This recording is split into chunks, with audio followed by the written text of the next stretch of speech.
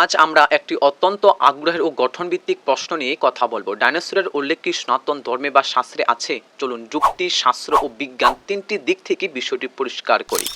Dinosaur শব্দটি শাস্ত্রের থেকে পুরাতন নয়। আধুনিক ডাইনোসর শব্দটি এসেছে 1842 সালে ইংরেজ বিজ্ঞানী স্যার রিচার্ড ওয়েন দ্বারা। তাই ডাইনোসর নামে কোনো শব্দ রামায়ণ, মহাভারত, পুরাণ ও বেদে পাওয়া যায় না। ঠিক যেমন আপনি সেখানে মোবাইল, ইন্টারনেট এসব শব্দ পাবেন না।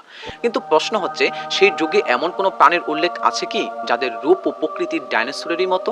হ্যাঁ, আছে। পুরাণে ভয়ঙ্কর ও বৃহৎ আকারের প্রাণীর বর্ণনা আছে। সারব, অগাসুর, বকাসুর, ধেনুকাসুর ইত্যাদি। তাদের আকার, শক্তি, ভয়ঙ্কর রূপ সবকিছু অনেকটা ডাইনোসরের মতো। সনাতন ধর্মের কালের গভীরতা বিজ্ঞানকেও ছাড়িয়ে যায়। সনাতন ধর্মের সময়কে শুধু বছর দিয়ে নয়, যুগ, মন্বন্তর, কল্প দিয়ে মাপা হয়।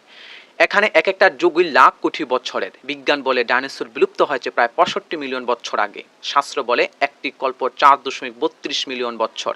অর্থাৎ শাস্ত্রের কালে এমন প্রাণী বহুবার জন্ম ও বিলুপ্ত পেতে পারে। ভগবান স্বয়ং বিভিন্ন অবতারে অদ্ভুত রূপ ধারণ করেছেন। বরাহ অবতার এক বিশাল বন্য শুকুরের রূপ। নরসিংহ অবতার অদ্য মানব। অদ্য সিংহ। এই সনাতন ধর্ম অদ্ভুত আকারের প্রাণীকে মান্যতা দেয়। সনাতন ধর্ম একটি আলোকিত ও বিজ্ঞান সহমিত দর্শন। এটি কোনো কুসংস্কার নয়।